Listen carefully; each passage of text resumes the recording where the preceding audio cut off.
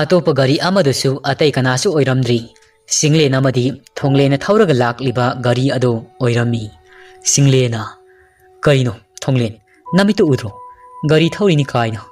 ꯑꯁ ꯀꯣꯛ ꯂꯣꯏ ꯁꯨꯖꯤꯟꯈ꯭ꯔꯤ ꯊꯣꯡꯂꯦꯅ ꯀꯔꯤ ꯑꯩꯉꯣꯟꯗ ꯑꯃꯨꯛ ꯇꯥꯏꯅꯔꯛꯏꯕ꯭ꯔꯥ ꯀꯥꯏ ꯎꯗꯣꯏꯅꯣ ꯎꯔꯒꯕꯁꯤ ꯊꯣꯛꯀꯗ꯭ꯔꯣ ꯒꯥꯔꯤꯅꯦꯅ ꯊꯧꯔꯛꯏꯕꯁꯤ ꯄꯨꯔꯥ ꯁ꯭ꯄꯤꯠꯇꯅꯤ ꯊꯧꯔꯛꯏꯕꯁꯤ ꯁꯤꯡꯂꯦꯟ ꯒꯥꯔꯤ ꯑꯃꯗꯨ ꯍꯥꯏꯐꯦꯠ ꯌꯦꯡꯉꯤ ꯑꯦ ꯚꯥꯏ ꯒꯥꯔꯤ ꯑꯃꯁꯤ ꯁꯨꯖꯤꯜ ꯂꯩꯔꯤ ꯃꯤ ꯁꯤꯕ ꯌꯥꯎꯔꯕ ꯖꯥꯠꯂꯥ ꯀꯃꯥꯏ ꯇꯧꯅꯤ ꯑꯁ ꯀꯅꯥꯃꯇꯁꯨ ꯂꯥꯛꯄ ꯎꯗꯦꯅꯤ ꯆꯠꯍꯧꯔꯁꯤ ꯚꯥꯏ ꯃꯤ ꯎꯗ꯭ꯔꯤꯉꯩꯁꯤꯗ ꯀꯔꯤꯒꯨꯝꯕ ꯃꯤ ꯎꯈ꯭ꯔꯕꯗꯤ ꯏꯕꯥꯅꯤ ꯑꯃꯨꯛ ꯆꯦꯟꯅꯔꯛꯀꯅꯤ ꯆꯠꯂꯁꯤ ꯌꯦꯡꯉꯨꯔꯅꯨ ꯒꯥꯔꯤ ꯑꯗꯨ ꯍꯥꯟꯅ ꯌꯦꯡꯉꯝꯗꯤ ꯃꯈꯣꯏ ꯑꯅꯤ ꯑꯗꯨ ꯊꯨꯅꯃꯛ ꯒꯥꯔꯤ ꯑꯗꯨ ꯊꯧꯗꯨꯅ ꯆꯠꯈ꯭ꯔꯤ ꯌꯥꯏꯔꯦꯝꯕꯤ ꯑꯗꯨ ꯁꯨꯖꯤꯟꯈꯤꯕꯁꯤꯗ ꯃꯀꯣꯛ ꯉꯥꯎꯗꯨꯅ ꯃꯁꯤ ꯂꯦꯡꯗꯅ ꯇꯨꯃꯤꯟꯅ ꯂꯩ ꯉꯥꯏꯍꯥꯛꯀꯤ ꯃꯇꯨꯡ ꯒ꯭ꯌꯥꯟ ꯂꯥꯛꯇꯨꯅ ꯇꯞꯅ ꯃꯃꯤꯠ ꯑꯗꯨ ꯄꯥꯡꯉꯛꯏ ꯌꯥꯏꯔꯦꯝꯕꯤꯅ ꯏꯃꯥ ꯀꯥꯏꯗꯅꯣ ꯑꯩꯅ ꯂꯩꯔꯤꯕꯁꯤꯕꯨ ꯀꯔꯤꯅꯣ ꯂꯥꯏꯕꯛꯁꯤꯅ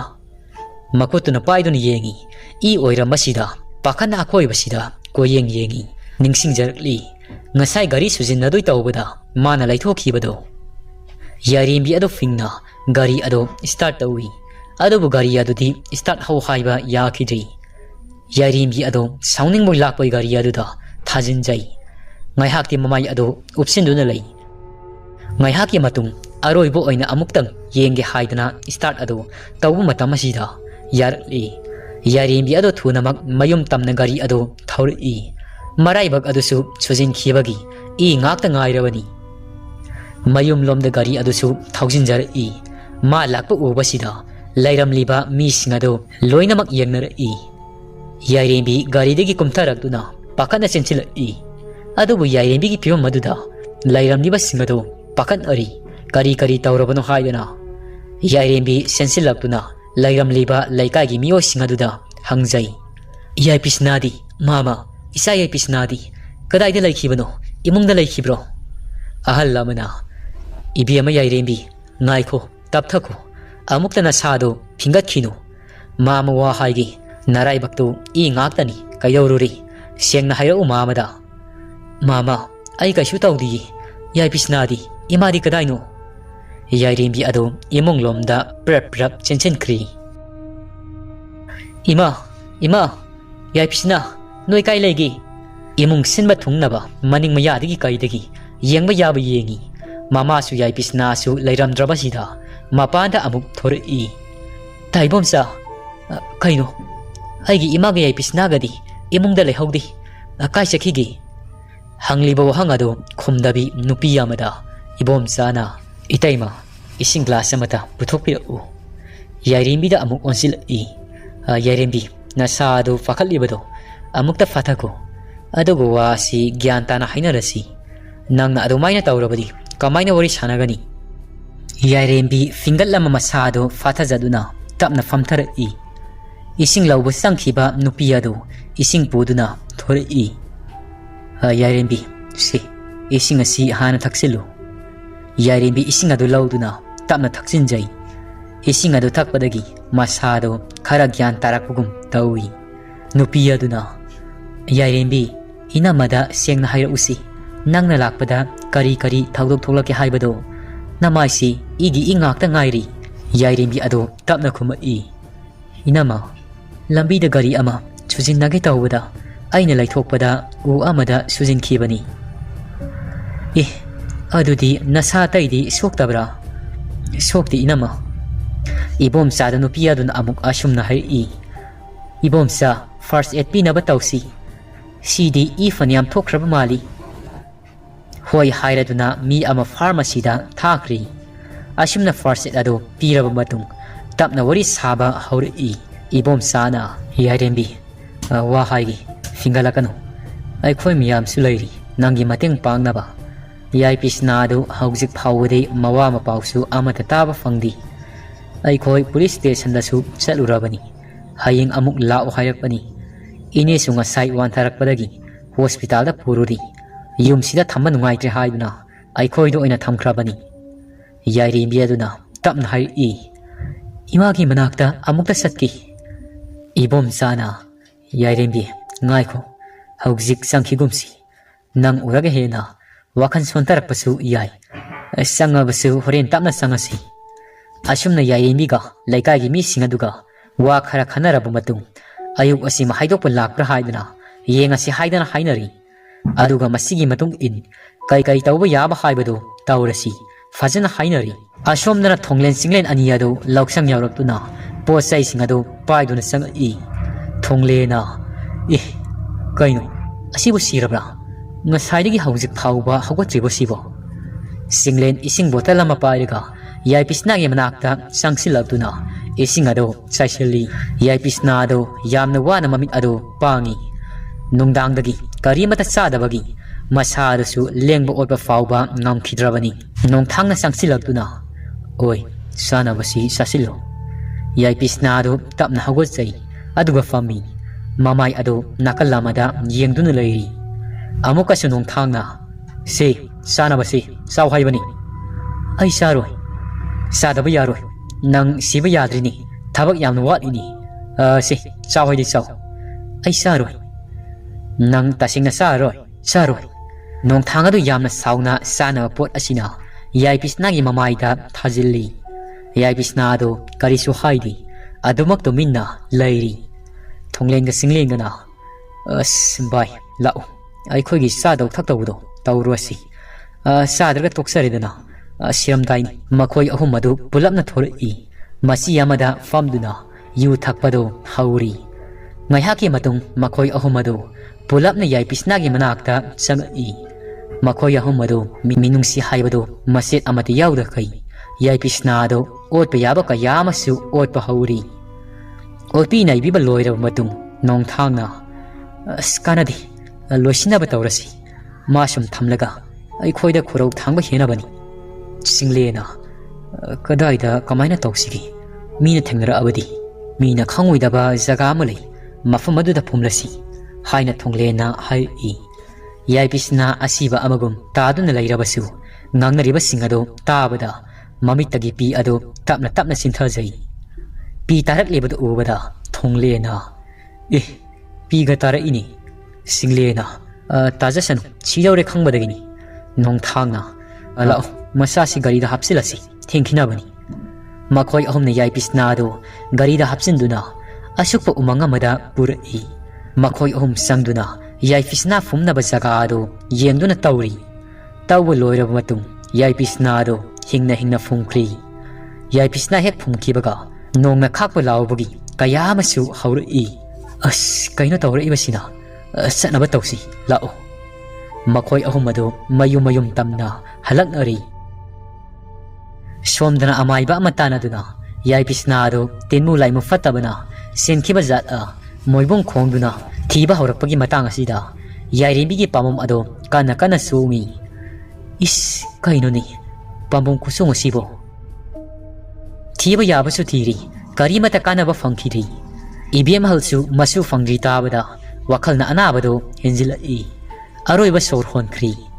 yairimi su magok auri mamagi thabak thauramado tawgadra masabu thigadra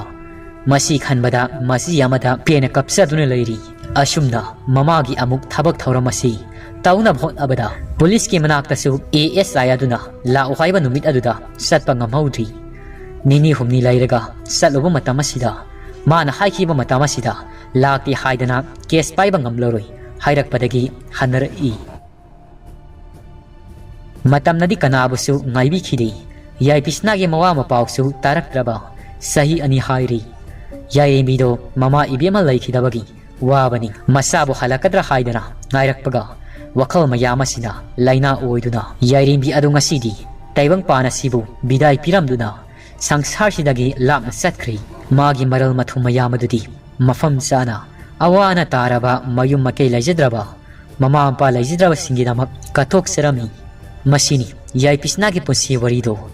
mari makhongsu kanamatana khangna khidri santhare biado hipna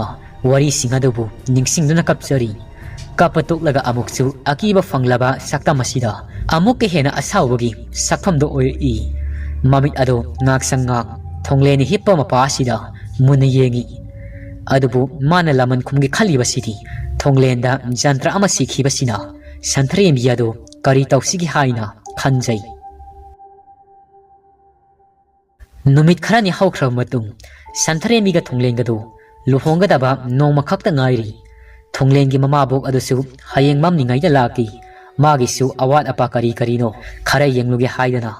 ꯑꯌꯨꯛ ꯃꯝꯂꯤꯉꯩ ꯃꯇꯝ ꯑꯁꯤꯗ ꯂꯥꯛꯀꯦ ꯍꯥꯏꯔꯝꯂꯒ ꯁꯟꯙ꯭ꯌꯥꯒꯤ ꯃꯇꯝ ꯑꯁꯤꯗ ꯃꯆꯥꯅꯨꯄꯥꯅ ꯂꯧꯕ ꯂꯥꯛꯄꯗꯒꯤ ꯆꯠꯈ꯭ꯔꯤ꯫ ꯁꯟꯊꯔꯦꯝꯕꯤ ꯑꯗꯨ ꯊꯣꯡꯂꯦꯟꯒꯤ ꯃꯃꯥꯕꯣꯛ ꯑꯗꯨꯅ ꯆꯠꯈꯤꯕꯗꯨ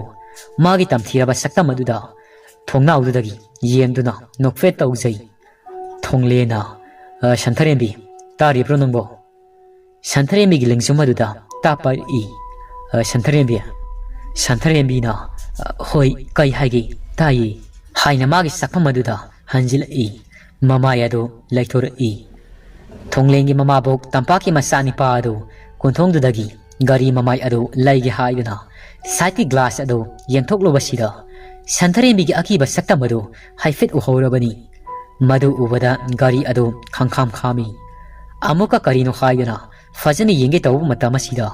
ꯊꯣꯡꯂꯦꯟꯅ ꯀꯧꯔꯛꯄꯗꯒꯤ ꯁꯟꯊꯔꯦꯝꯕꯤ ꯑꯗꯨ ꯂꯩꯊꯣꯛꯈꯤꯕꯁꯤꯗ ꯃꯄꯥ ꯆꯥꯅꯈ꯭ꯔꯤ꯫ ꯊꯣꯡꯅꯥꯎ ꯃꯄꯥ ꯑꯁꯤꯗ ꯀꯅꯥꯃꯠꯇ ꯂꯩꯔꯝꯈꯤꯗ꯭ꯔꯤ꯫ ꯁꯟꯊꯔꯦꯝꯕꯤꯗꯣ ꯃꯥꯕꯨ ꯎꯈ꯭ꯔꯦ ꯍꯥꯏꯕꯁꯤ ꯀꯔꯤꯃꯠꯇ ꯈꯪꯖꯗꯦ꯫ ꯇꯝꯄꯥꯛꯅ ꯏꯕꯨꯡꯉꯣ ꯀꯩꯗꯧꯔꯦ ꯒꯥꯔꯤ ꯈꯥꯝꯃꯕꯗꯤ? ꯀꯩꯁꯨ ꯇꯧꯗꯦ ꯏꯃꯥ ꯆꯠꯂꯁꯤ꯫ ꯋꯥꯈꯜ ꯅꯤꯡꯁꯤꯡ ꯃꯥꯡꯖꯤꯡꯅꯅ ꯒꯥꯔꯤ ꯑꯗꯨ ꯊꯧꯕ ꯍꯧꯔꯤ꯫ ꯑꯁꯣꯝꯗꯅ ꯁꯟꯊꯔꯦꯝꯕꯤ ꯑꯗꯨ ꯊꯣꯡꯂꯦꯟꯅ ꯊꯦꯡꯉꯛꯄꯁꯤꯗ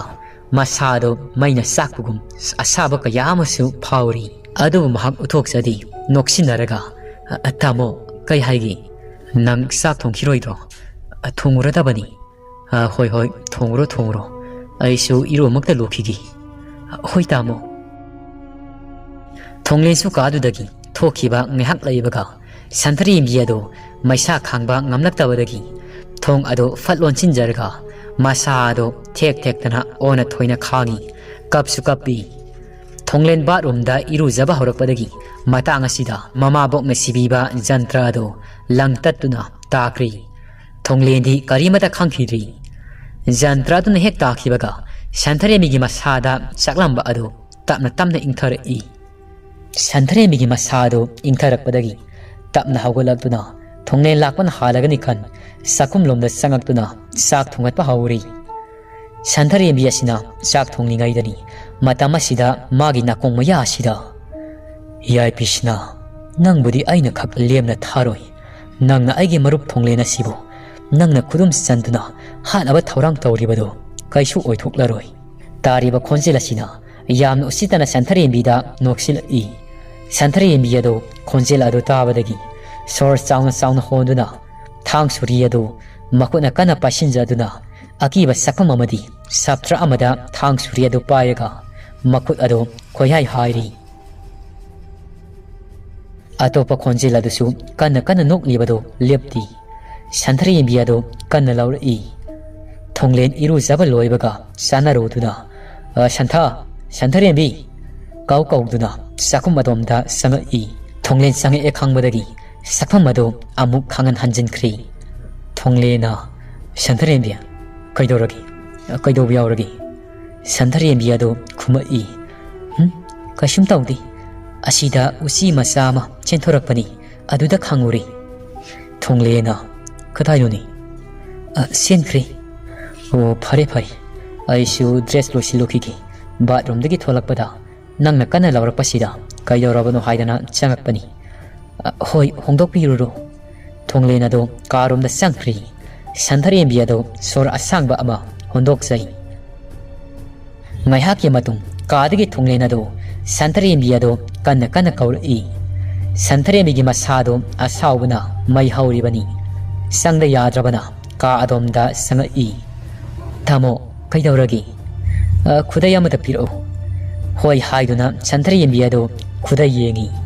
ꯊꯣꯡꯂꯦꯟꯁꯨ ꯃꯤꯡꯁꯦꯜ ꯃꯃꯥꯡꯗꯨꯗ ꯂꯣꯁꯟ ꯀꯟꯅ ꯇꯩꯔꯤ꯫ ꯊꯣꯡꯂꯦꯟꯅ ꯂꯩꯇ꯭ꯔꯕꯣ? ꯂꯩ꯫ ꯑꯩꯅ ꯉꯁꯥꯏ ꯑꯁꯤꯗ ꯊꯨꯞꯂꯒ ꯊꯅꯝꯕꯅꯤ꯫ ꯐꯤ ꯑꯇꯩ ꯑꯁꯤꯅ ꯅꯟꯁꯤꯟꯈ꯭ꯔꯕ ꯃꯥꯜꯂꯤ꯫ ꯊꯣꯡꯂꯦꯟꯒꯤ ꯃꯃꯥꯏ ꯑꯗꯨꯁꯨ ꯂꯣꯁꯟ ꯇꯩꯕ ꯑꯗꯨ ꯂꯣꯏꯕꯒ ꯃꯃꯤꯠ ꯄꯥꯡꯂꯛꯄꯁꯤꯗ ꯁꯟꯊꯔꯦꯝꯕꯤꯅ ꯂꯩꯔꯤꯕꯗꯨ ꯃꯤꯡꯁꯦꯜꯁꯤꯗꯗꯤ ꯏꯉꯥꯟ ꯉꯥꯟꯅ ꯎꯕ ꯃꯐꯝ ꯑꯃꯅꯤ꯫ ꯑꯗꯨꯕꯨ ꯃꯥꯅ ꯎꯔꯨꯕ ꯃꯇꯝ ꯑꯁꯤꯗ ꯀꯅꯥꯁꯨ ꯂꯩꯇ꯭ꯔꯤ꯫